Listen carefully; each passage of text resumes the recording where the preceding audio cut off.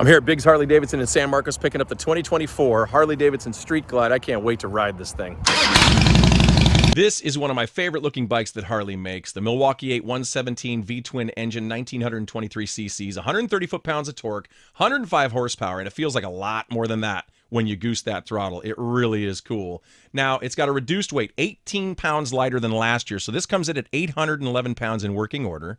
And I always talk about this because of my 29-inch inseam. I have short legs, I'm 5'10", 26.1-inch seat height off the ground, so I can put my feet pretty much flat on the ground. It's got a 6-gallon gas tank. They say it gets 44 miles per gallon on average. I was getting about 32 to 40, but I'm also riding faster than you would if you're trying to conserve fuel, so keep that in mind. The ride modes, road, sport, rain, and custom. I kept it in sport mode most of the time. Now, the thing about this bike, too, the locking bags. They have more space than I thought they would. Don't let the looks fool you, and I do love the way they look on this bike anyway.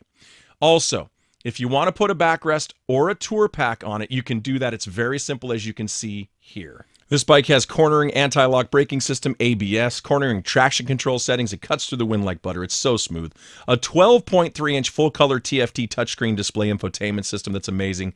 And through SD card, flash drive, and MP3 via USB connection, you can actually connect your phone right to the bike through this tray that I would fill with trash because I'm a total slob, but I still love it. This bike starts at $26,000.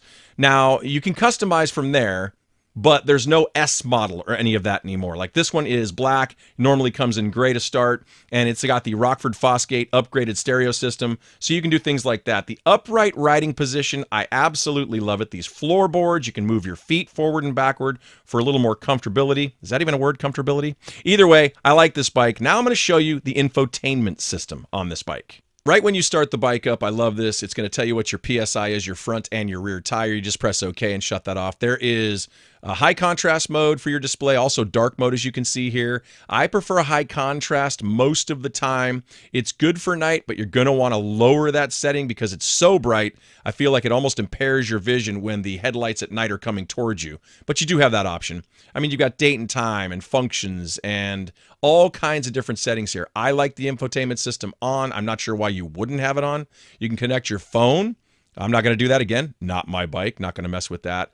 But there are so many different options. Device manager, sound, display, ride modes. Speaking of, you have sport, road, custom, and rain. I kept it in sport, if not all the time, 90% of the time that I rode. Less gas mileage, but fun for performance. Again, lots of power in this bike. But check it out. Your tuner, your phone, your Wi-Fi. It's just got everything. I always make fun and say you could run NASA from this thing. But on the left, you were looking at your fuel gauge.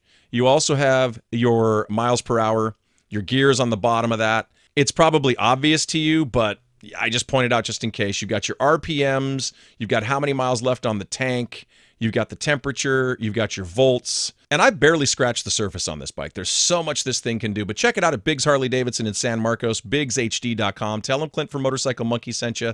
Thanks for watching. Ride safely, and I'll see you on the next one.